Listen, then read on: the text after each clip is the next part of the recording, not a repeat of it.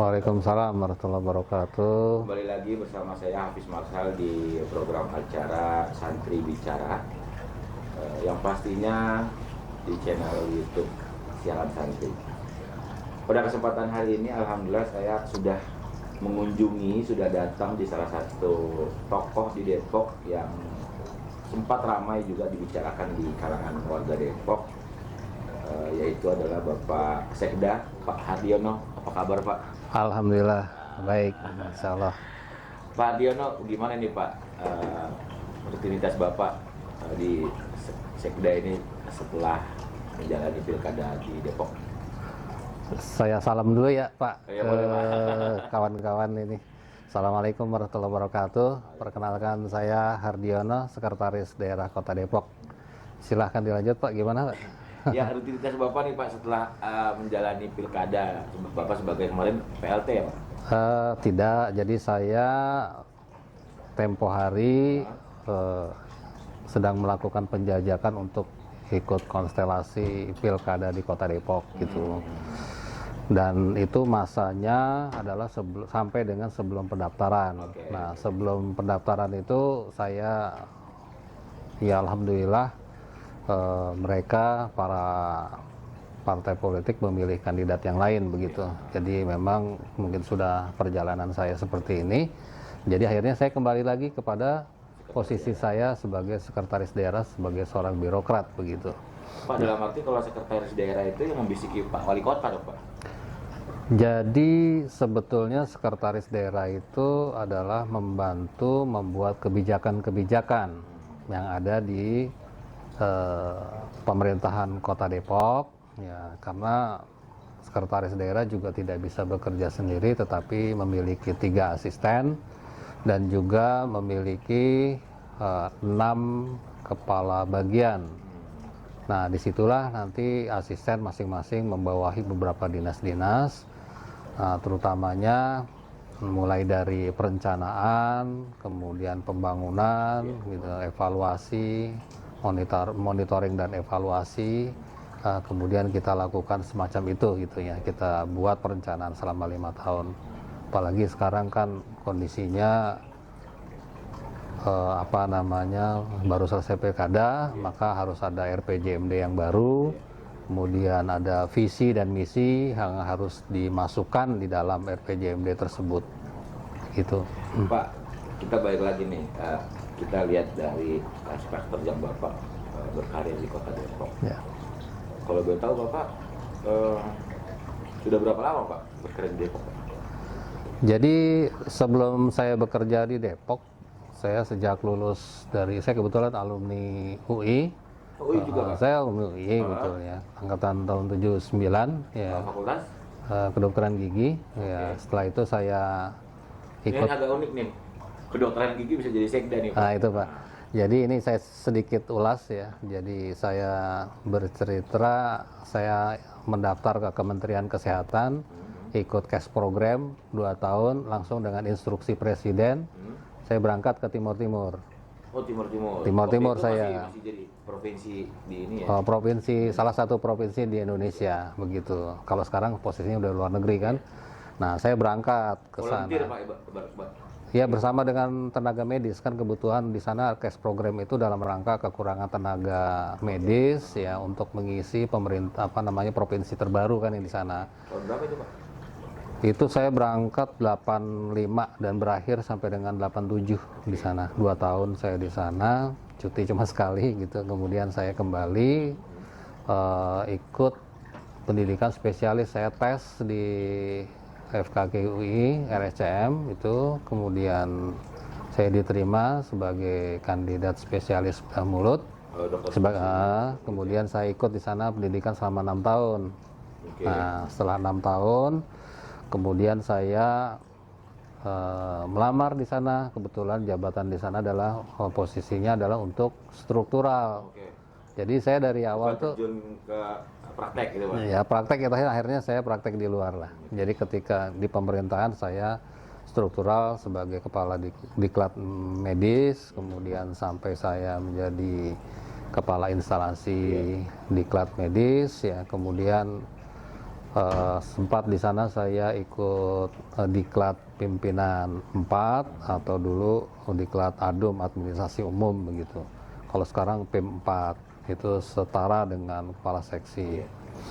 Nah, dengan bekal itu kemudian saya mutasi. Oke. Kebetulan saya mutasi, ikut tes, diterima di Depok dan satu lagi ada di rumah sakit Cisarua. Saya ambil yang Naungannya dengan kesehatan Pak. ya di bawah tetap kesehatan. Kalau yang di sini di bawah Pemda. Oke. Di bawah Pemda. Jadi saya keluar, pindah mutasi dari pemerintahan pusat, kemudian saya pindah ke Pemda gitu. Tahun berapa itu Pak? Itu sekitar 2003 ya, 2003 sekitar itulah. 2003 saya pindah ke sini, yang di Cisarua saya lepas. Nah dari sini kemudian saya dedikasikan ilmu spesialisnya tuh, sempat saya pegang 3 bulan, itu saya pegang 3 puskesmas keliling. Oh di Depok? Oh. Depok gitu, Sukamajaya, Cimanggis, sama Pancoran Mas. Nah itu 3 puskesmas saya keliling. Setelah itu Berarti setiap hari kerjaannya belusukannya itu Pak? ya muter aja, muter ya, sebagai konsulen muter. Setelah itu saya diminta oleh dinas kesehatan ditarik untuk posisi di kepala bidang. Oh, Kepala bidang Yankes. Karena kan urutannya saya dulu memang pernah di struktural kan, udah sampai ke instalasi sana, kemudian nyambung di sini saya sebagai kepala diklat, kepala bidang Yankes itu tadi. Ya, jadi perjalanannya seperti itu. Kemudian saya ikut diklat pimpinan 3, ya. Kemudian saya sampai menjadi kepala dinas kesehatan. Kemudian saya ikut diklat PIM 2. Ya. Jadi artinya dengan diklat-diklat kepemimpinan itulah sehingga saya bisa mengikuti irama daripada pola pemerintahan yang ada. Karena saya dapat pembekalan di sana. Jadi dengan standarisasi diklat-diklat itulah bekal kita untuk memimpin. Nah itu bedanya. Jadi kalau kepemimpinan birokrat itu ya kita punya standarnya seperti itu. Beda dengan politisi kan jalurnya beda begitu. Kalau kita kepemimpinan seperti itu, birokrasi dengan politisi beda gitu. Tetapi nanti ujung-ujungnya bisa sama gitu kan.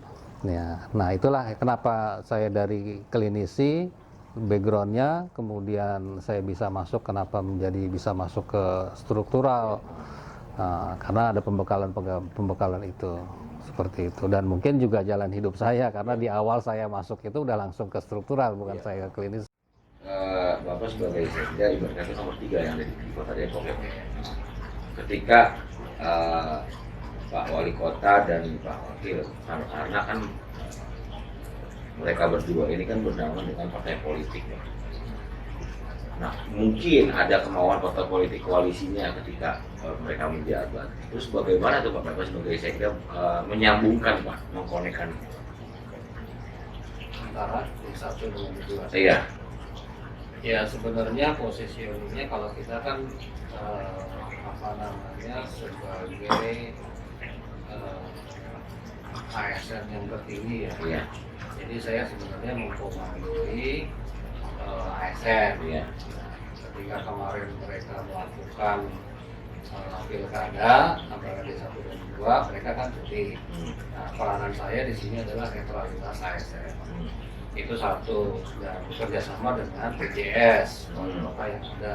Nah itu agar ASN itu jangan ada yang berpolitik praktis dalam hal itu. Nah kaitannya dengan komunikasi, ya kita mengkomunikasikan kepada pimpinan begitu. Kalau pimpinan minta, sepanjang pimpinan minta, gitu kan. Dan kalau misalnya kita apa namanya tidak diminta, kita juga bisa melakukan penyampaian apa namanya gagasan atau ide melalui konsep-konsep dari dinas, kemudian kita salurkan melalui nota dinas, kita sampaikan kepada pimpinan. Gitu. Nah ini sebenarnya satu hal yang harus kita lakukan, dan itu juga tempo hari kita berjalan. Cuma sekarang metodenya diubah dengan beberapa meeting melalui Zoom, ada keterbatasan dan juga karena pandemi. Ya, kalau yang seperti biasanya kita setiap Senin itu biasanya rakor, koordinasi kita drive itu dari situ. Pak, Bapak melihat orang Depok ini seperti apa sih Pak? Karena kan kebanyakan nih orang-orang Depok ini hanya tempat tinggal aja Pak. Mereka pada bekerja di Jakarta Pak. Jadi orang Depok itu sebetulnya pinter-pinter Pak. Pinter-pinter Depok itu. Cuma memang Depok itu kan heterogen. Memang banyak orang Jakarta yang pindah ke Depok. Iya. Jadi urban. Iya. Jadi Depok jadi kota urban kan.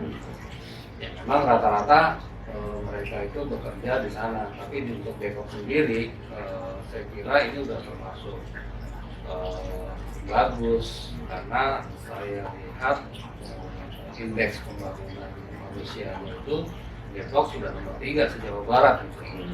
Jadi kalau kita lihat dibandingkan kota kabupaten lain se-Jawa Barat, Depok masih lebih bagus gitu ya. Apalagi angka kemiskinannya kita cuma 14%.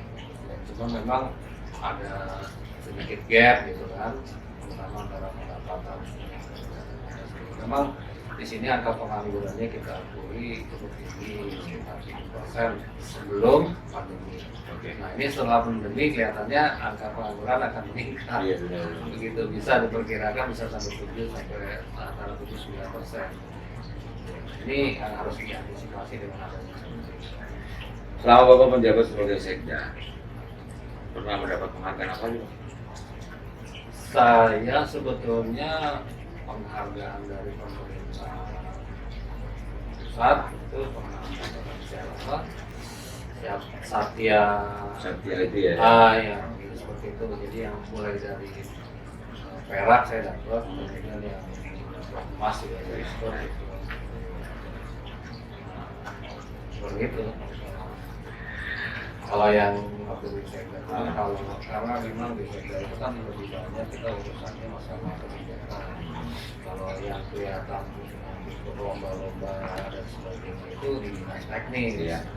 Nah, tapi kemarin di rapat konsolidasi se-Jawa Barat di pemerintahan provinsi Jawa Barat itu sudah menggagas apa namanya perintah sekda juara. Oke. Dan ini akan dilombakan, tapi berlakunya terdepan. Seperti itu.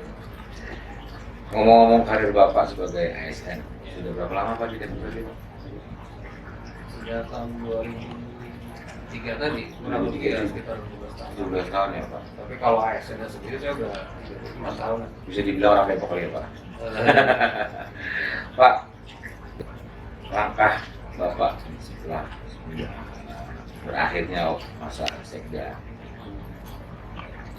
ada angan-angan apa Pak? Ya untuk sementara ini saya di Dewan Pengawas PDAM ya. PDAM. Kedua ya. Ya. Kemudian ke depan ya saya sempat berpikir apakah saya kembali ke dunia medis Ya.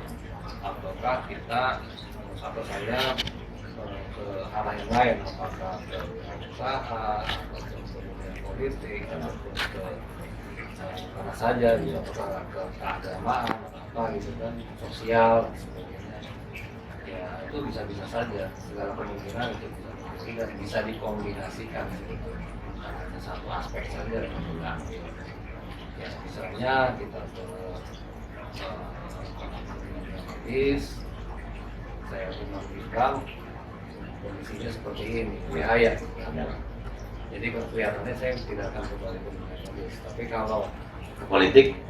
kaitannya dengan konsep-konsep medis, kemungkinan saya bisa masuk.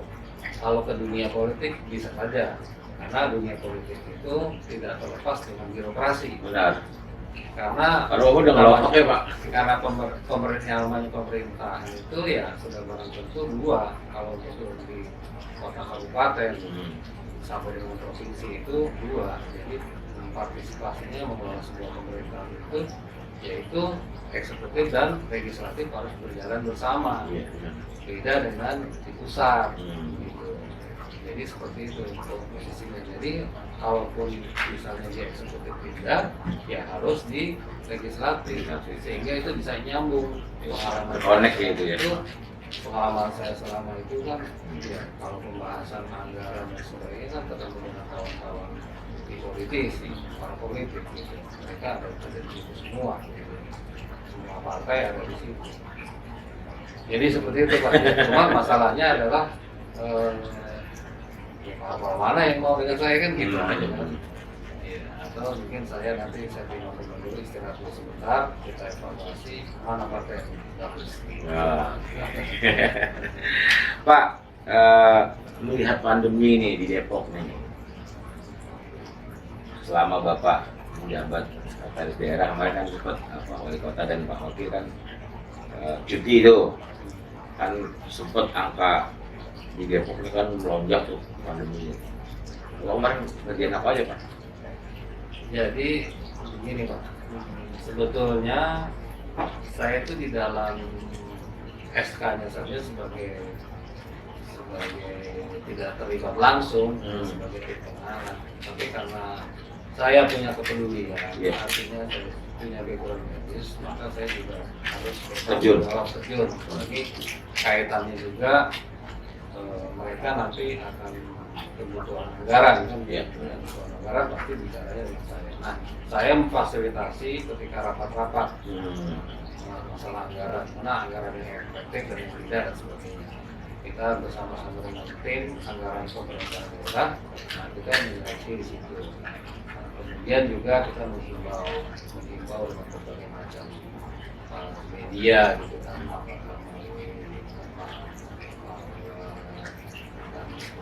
medsos dan juga bantuan-bantuan yang harus kita serahkan kepada masyarakat, termasuk mulai dari ya 3M itulah bantuan-bantuan kaitannya dengan 3M itu. Dan terakhir kita menggagas dengan PJS itu kita membuat tempat isolasi. Yang sebelumnya tempat isolasi itu hanya di rumah sakit Citra Rafis. Nah, setelah itu karena pulang kita tambahkan di UI, Makara UI, Makara UI kan, pada Makara UI kosong. Habis itu sebuah tarik ulur dan sempat salah komunikasi, salah persepsi. Dan akhirnya sudah clear. Nah, sekarang ditambah lagi dengan pusat kajian Jepang. Oke, ya Jepang Itu juga akan ditambah seperti itu. Ini sedang berjalan. Oke. Pak, boleh Bapak kasih ya janganlah pada anak-anak muda di kota Depok nih. Dalam arti kan gini Pak, kemajuan suatu kota itu pasti ada suatu gebrakan dari anak muda. Dan zaman sekarang dari zamannya anak milenial lah Pak. Bapak yang udah ngelotok di Depok, udah jadi ASN lama di Depok, boleh Bapak kasih mungkin ya bagaimana kita sebagai anak muda membangun optimisme untuk bisa memajukan kota Depok. Jadi gini, kita lihat potensi daerah. Potensi daerah kota Depok ini apa? Depok tidak punya gunung. Iya. Iya kan? Depok hanya punyanya satu. Betul, nggak punya pantai. Punyanya cuma sungai. Sungai. Ya, pantai nggak punya. Nggak punya. Gitu kan? Dan dataran rendah rata-rata di kota Depok itu sedang sedikit cenderung menurun. Kemudian kemudian sumber daya apalagi sumber daya alam Depok nggak punya. Yang ada Depok adalah potensinya adalah SDM. Karena di sini ada pusat pendidikan, universitas, yang mulai dari PAUD sampai dengan universitas ada. Sehingga salah satu IPN Kota Depok ini kan seperti itu. Nah, potensinya apa? Selain dari situ kita melihat ternyata kita ada di SDM, maka kita hidupkan di sini adalah buat generasi muda adalah potensi ekonomi kreatif. Oke. Nah, ekonomi kreatif ini akan menjadi salah satu sumber pendapatan asli daerah. Nah, waktu saya di Bapeda itu saya sempat mengukur, saya membuat. Sehingga berapa sih pendapatannya kita hitung dari ekonomi kreatif itu, dan itu ternyata menyumbang sekitar 11% untuk PAD kita. Nah sekarang bisa ditingkatkan lagi, lain mungkin di Bapeda sudah terjadi peningkatan dari ekonomi kreatif. Nah ekonomi kreatif itu ada 15-16 item, ya banyak, mulai kuliner, fashion, film, ini dan sebagainya gitu kan. Kemudian UMKM juga ya Pak. Iya, UMKM kemudian masuk di situ kan. Yang tidak kalahnya adalah seperti ini, aplikasi yang semua adanya di brand. Iya benar. Makanya itu ada di SDM.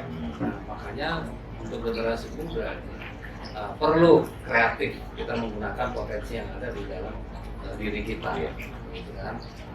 Otak kita, akal kita, gitu kan. Sumber daya kita supaya badan kita juga sehat, kita buat itu acara-acara semacam itu bisa, bahkan dibuat event-event untuk festival-festival bisa kita lakukan, tapi nanti ya dengan cara yang kalau di masa pandemi ini kan agak beda, menggunakan Zoom atau apa dan sebagainya, caranya seperti itu. Ya itu dunia kreatif tuh banyak bisa kita lakukan, ya, makanya kebetulan sekarang alhamdulillah nih kalau menterinya nyambung dari Backcraft gitu. Nah itu udah juga bisa nyambung tuh dari Depok sampai ke sana. Gitu. Jadi harapan saya itu manfaatkan di dunia pendidikan era digital 4.0, ya semua potensi itu kita optimalkan, dan jangan lupa dan jangan menyerah bahwa anak muda potensinya sangat besar. Generasi yang besar itu ditopang oleh anak-anak mudanya. Gitu. Jadi kalau dari mudanya bermanfaat, insya Allah negara juga akan hebat. Mantap. Kota Depok juga makin mantap ya Pak. Pak Hardiono, makasih banyak sudah menyempatkan waktu ngobrol-ngobrol nih sama saya di acara siaran santri. Jadi saya mengambil kesimpulan Kota Depok ini banyak ini ya Pak, apa namanya, anak-anak muda yang ibarat kata masih malu untuk maju kali ya Pak ya. Iya. Malu untuk maju, mungkin brandingnya mereka kurang, segala macam. Sebenarnya harus dioptimalkan. Jadi salah satunya pemerintah juga harus menyediakan co-working space. Iya. Seperti itu harus dibangun. Ya, apakah misalnya kalau di sini kebetulan ada mall, ya mallnya harus disiapkan itu juga harusnya, begitu kan? Harus disiapkan, harusnya ke depan seperti itu. Ya teman-teman semua, terima kasih sudah menyempatkan nonton obrolan saya bersama Bapak Sekretaris Daerah Kota Depok, Pak Hardiono. Dan jangan lupa teman-teman selalu subscribe channel YouTube Siaran Santri, Instagram di Siaran Santri dan di KSD. Semoga obrolan kita bermanfaat Pak. Amin. Dan kita akan bertemu di obrolan kita selanjutnya bersama tokoh-tokoh yang lain. Dan mungkin ini yang pertama kali Pak. Betul. Nanti mungkin kita datang ke mana bersama Bapak gitu. Terima kasih. Wassalamualaikum warahmatullahi wabarakatuh.